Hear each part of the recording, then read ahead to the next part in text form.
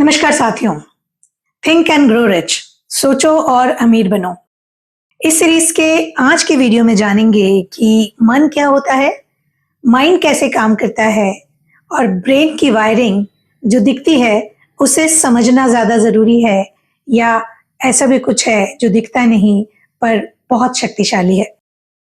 Napoleon Hill जब doctor Alexander bell और doctor Elmer gets के साथ काम कर रहे थे, तभी उनको ये समझ में आया कि मानव मन विचारों की प्राप्ति और प्रसारण के एक जागृत केंद्र की तरह काम करता है। इस सीरीज के पिछले वीडियो में जिस रचनात्मक कल्पनाशीलता की बात की गई है, हमारा मन उसका रिसीविंग सेट होता है जो अन्य लोगों के द्वारा प्रेषित भावों को ग्रहण करता है। पिछले युगों में मानव सिर्फ उन ज्ञानेंद्रियों पर आधारित रहा, सिर्फ उन्हीं का अस्तित्व समझता रहा जो उसके भौतिक शरीर द्वारा महसूस किए जा सकते थे, जिनको वो छू सकता था, सूंघ सकता था या नाप सकता था।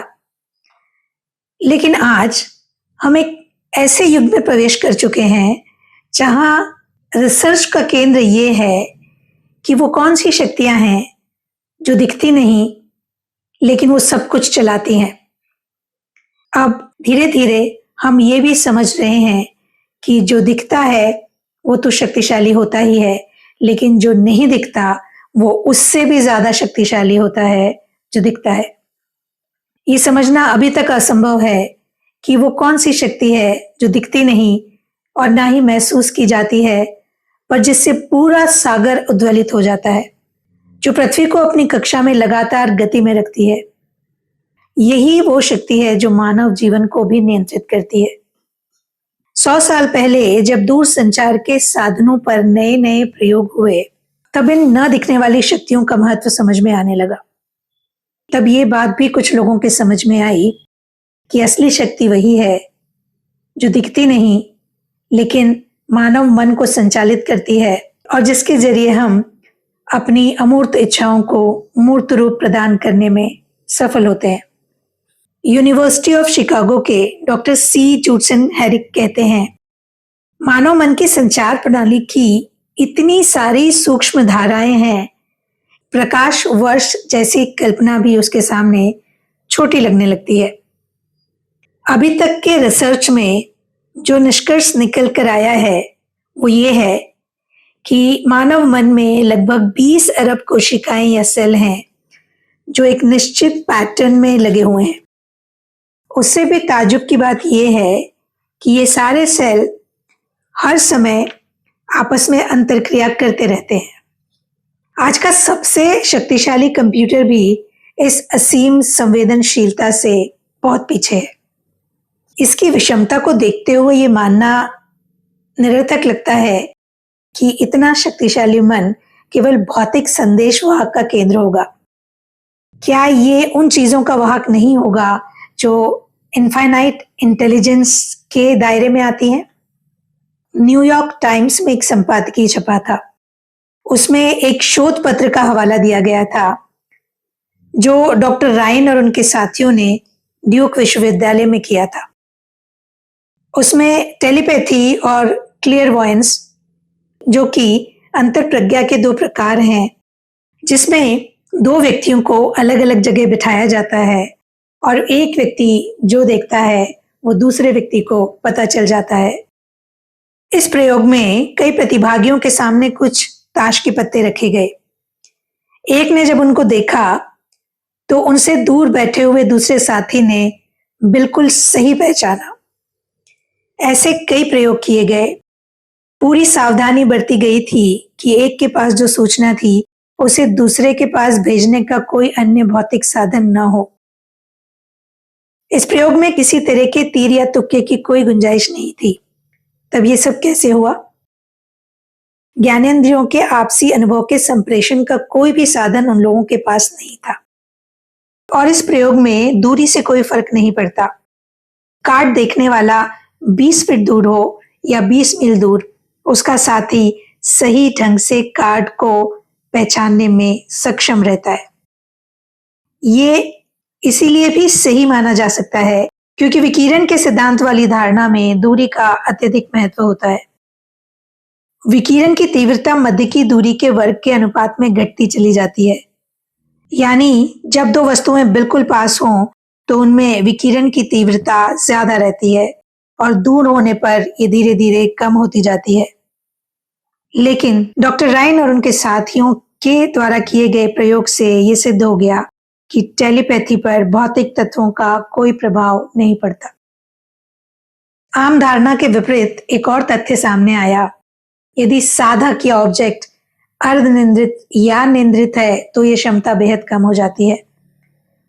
जब वो पूरा जागृत होता है तो यह अपनी उच्चतम तीव्रता पर रहती है। इस प्रयोग के हवाले से इसके लेखक ने निष्कर्ष निकालते हुए जोर देकर कहा था कि टेलीपैथी और क्लेयरवॉयंस एक ही विद्या के दो रूप हैं, फिर भी ये सब में नहीं होते। इन गुणों पर नशे का गलत प्रभाव पड़ता है। मन जब धनात्मक रूप से उद्वेलित हो तो प्रदर्शन काफी अच्छा होता है।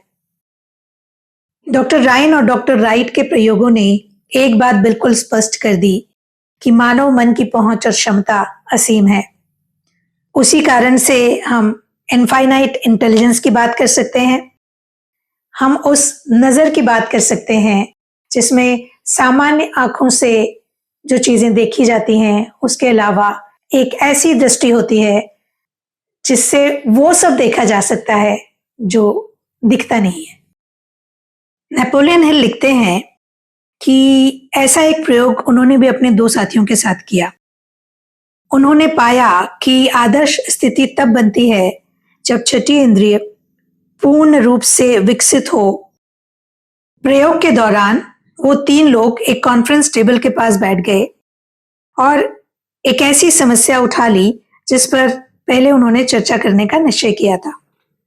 इस मीटिंग में वो एक दूसरे के मन को उद्वेलित करके एक दूसरे के सर्वोत्तम प्रदर्शन को सामने लाने के लिए प्रोत्साहित करते रहे। बातचीत के दौरान सबको खुली छूट थी कि उस समस्या पर बेबाक होकर बोले। उनको वाकई ये महसूस हुआ कि जब उनका दिमाग पूरी तरह उद्वेलित था उस समय किसी अज्ञात ज्ञान का सहारा उनको मिल रहा था। कैसे मिल रहा था ये वो समझ नहीं पाए, लेकिन उस प्रयोग से ये साबित हुआ कि यदि सही ढंग से उद्वेलित हो तो मानव मन के विचारों में इनफाइनाइट इंटेलिजेंस अपने आप शामिल हो जाती है और मन उस दिशा में नए नए विचार उत्सर्जित करने लगता है। यदि आपने मास्टरमाइंड वाला वीडियो ध्यान से देखा है तो आपको समझ में आ जाएगा कि जो प्रयोग कॉन्फ्रेंस टेबल के चारों ओर बैठकर किया गया वो वास्तव में मास्टरमाइंड को जीवंत करने का एक व्यवहारिक प्रयोग था। उसमें तीन व्यक्ति बैठकर एक ही समस्या पर खुले दिमाग से विचार करते हैं। उनकी सम्मिलित विचार विश्लेषण शक्ति कुछ ऐसे तथ्य उद्घाटित करती है जो अकेले में बैठकर शायद किसी के दिमाग में आते भी नहीं। यदि इसी प्रकार बार बार अभ्यास किया जाए तो न सिर्फ हम दूसरों के मन से विचार ग्रहण कर सकते हैं वरन दिमाग के तीव्र उद्वेलनों के दौरान असीम मेधा यानी इनफाइनाइट इंटेलिजेंस से संपर्क कायम कर बिल्कुल अनूठी घोषणाएं भी कर सकते हैं। कोई भी दर्शन का विद्यार्थी एक सीधी सादी योजना के द्वारा उस कार्नेगी फॉर्मूला को प्राप्त कर सकता है जिसके बारे में इस सीरीज के कई वीडियो में बार बार बात की गई है। साथियों, मन को समझिए, उसकी शक्ति को पहचानिए। माइंड प्रोग्रामिंग की अलग अलग तकनीकों का इस्तेमाल करके अपने जीवन को उसके उच्चतम स्तर तक जरूर पहुंचाइए। हमारी शुभकामनाएं हमेशा आपके साथ है। इस सीरीज के अगले वीडियो में आपसे फिर मुलाकात होगी। तब तक के लिए अपना ख्याल रखिएगा।